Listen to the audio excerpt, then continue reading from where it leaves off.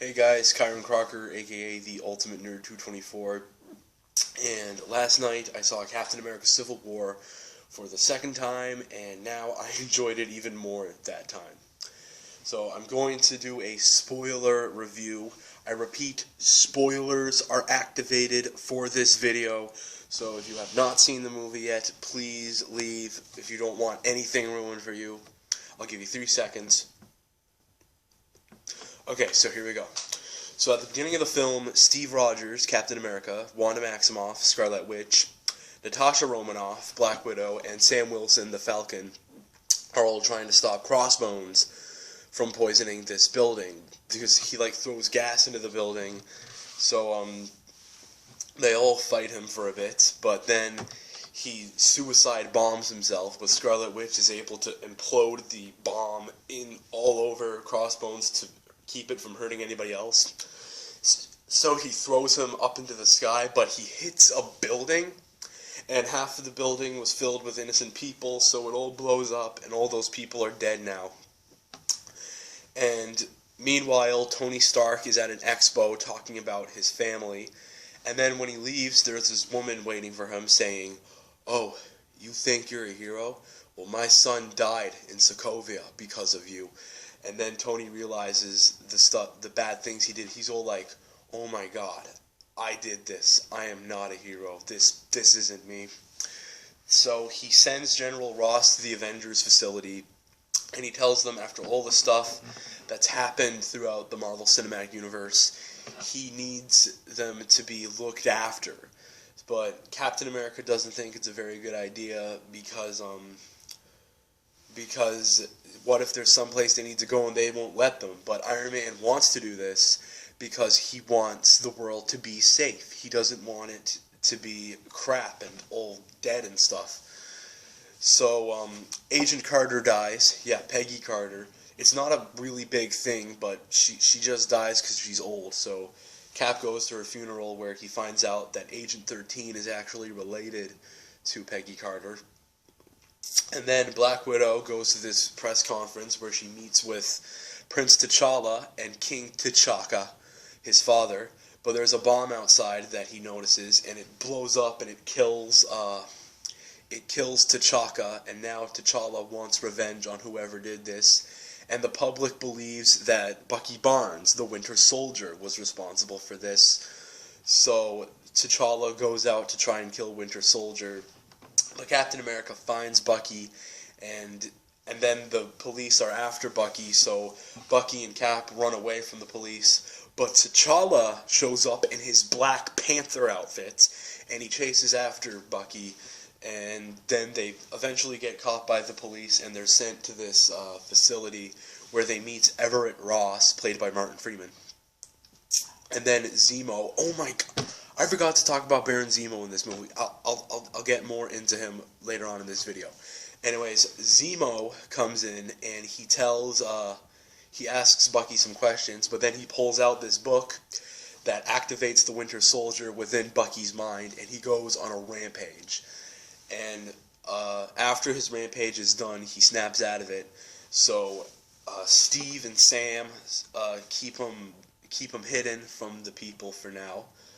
And then Tony realizes he needs to put a group together to try and find Bucky, Sam, and Steve. So he goes to Queens, New York, where he meets Peter Parker. Yes, Spider-Man. He meets Peter Parker at his apartment next to his Aunt May, and when Peter sees him, he's all like, "Whoa, oh my God, you're Tony Stark? You're Tony Stark. What are you doing in my apartment?"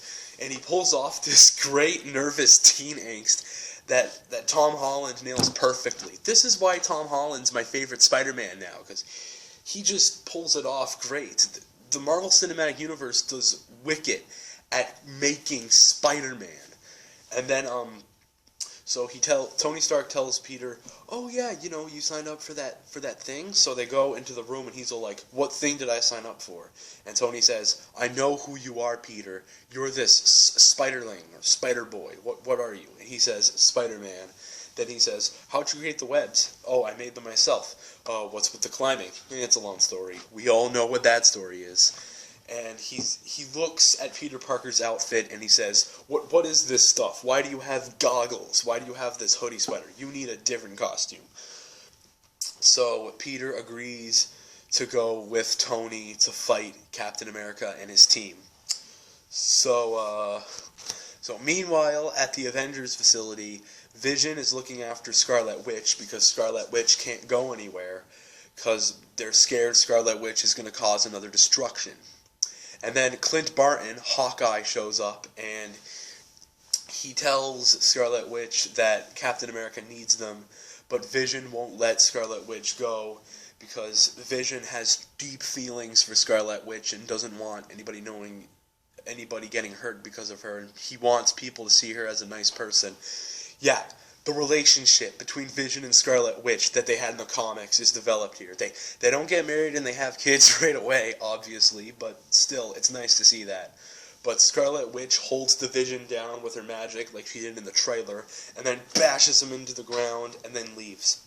So the next day, they all meet at an airport, Captain America and his group, and then Scott Lang, Ant-Man, is recruited to the team, and he's all like, "Oh, Captain America, it's so nice to meet you. I'm shaking your hand too a lot. Captain America, I know you too. You're great." So they meet up with Iron Man, Vision, Black Widow, Black Panther, Spider-Man, and War Machine, Rhodey, at the airport, and they all go head-to-head. This crazy fight going on. Like, every character, like, gets their time to shine. The best character to have their time to shine has to be Spider-Man. Spider-Man's just swinging around, cracking jokes. "Oh, Captain, big fan, I'm Spider-Man. You have a metal arm? That is awesome, dude. You have the right to remain silent." It's funny. He's distracting them with his jokes, and it's just so wicked to see. This is how you do Spider-Man right. And another character who gets a time to shine is Ant-Man. Like, there's this one part where Ant-Man has this small truck and he throws it and then throws one of the discs at them and it grows big, fire comes out. Oops, I thought that was a water truck. And the part where Ant-Man becomes Giant Man, he like presses the button, he becomes really, really big and he starts stomping around like he's Godzilla or King Kong or something. And Spider-Man's all like, "Hey, do you guys remember that really old movie, Empire Strikes Back?" That's awesome. And we get these crazy battles like Black Panther fighting Hawkeye and stuff. And Captain America and Bucky are trying to escape to a Quinjet. And Black Widow betrays Iron Man's team and lets them get away. And they do get away, so Iron Man and War Machine are going after them, but Falcon tries to stop them. And then Vision tries shooting his laser up at Falcon, but he misses and accidentally hits War Machine. And that's when the gloves are off. Iron Man is angry now. He sends Ant-Man, Scarlet Witch, Falcon, and Hawkeye to the Raft. Yes, if you read the comics, you know what the Raft is. The Raft is a supermax prison for maniacs. He actually goes that far. So Iron Man finds out about Baron Zemo, so he decides to, I don't think it's Baron Zemo, I think it's just Helmet Zemo for this. So he puts his suit on and he goes and meets Steve and Bucky at this facility where there were other Winter Soldiers. Yeah, Bucky's not the only Winter Soldier, there were others made. And when they're there, they see all the other Winter Soldiers frozen. And that's when Zemo tells them something. Like, he shows them footage from December 1991, and Tony's all like, "Wait, I know that date.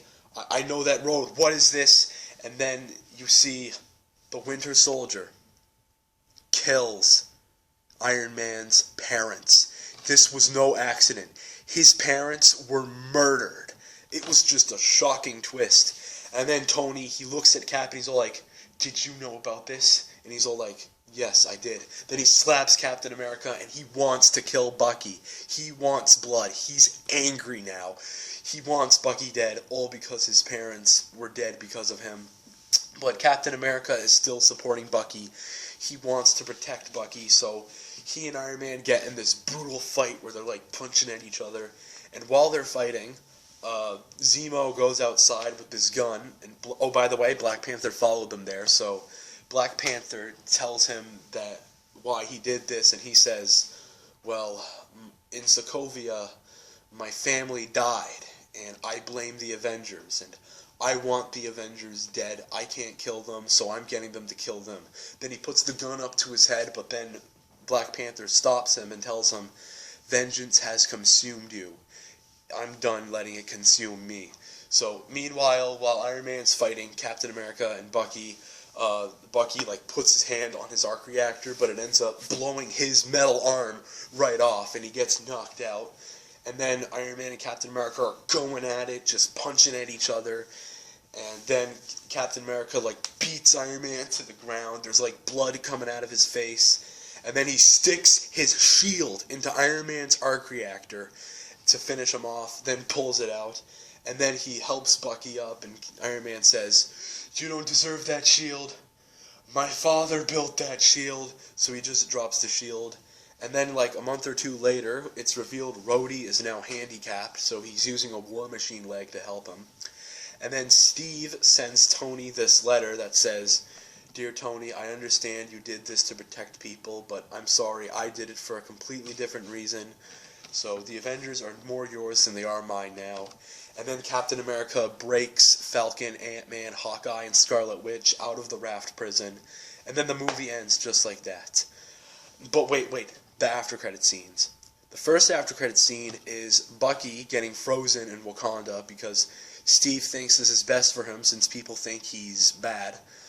And the second after-credit scene is Peter Parker is at home and he fiddles around with the web slinger, and then a light shines out of it that has the Spider-Man logo on it. It fades to black and it says, Spider-Man will return. And then the movie ends. Oh, now, like I said in my spoiler-free review, this is an amazing movie. It's my favorite comic book movie ever. Like I said, it's just, it brings the circle of the Marvel Cinematic Universe together and connects everything. Everything makes sense, and it sets up for future movies, and I can't wait to see where the universe goes after this. And that is my spoiler review for Captain America Civil War. Okay, be sure to like, comment, and subscribe. Later.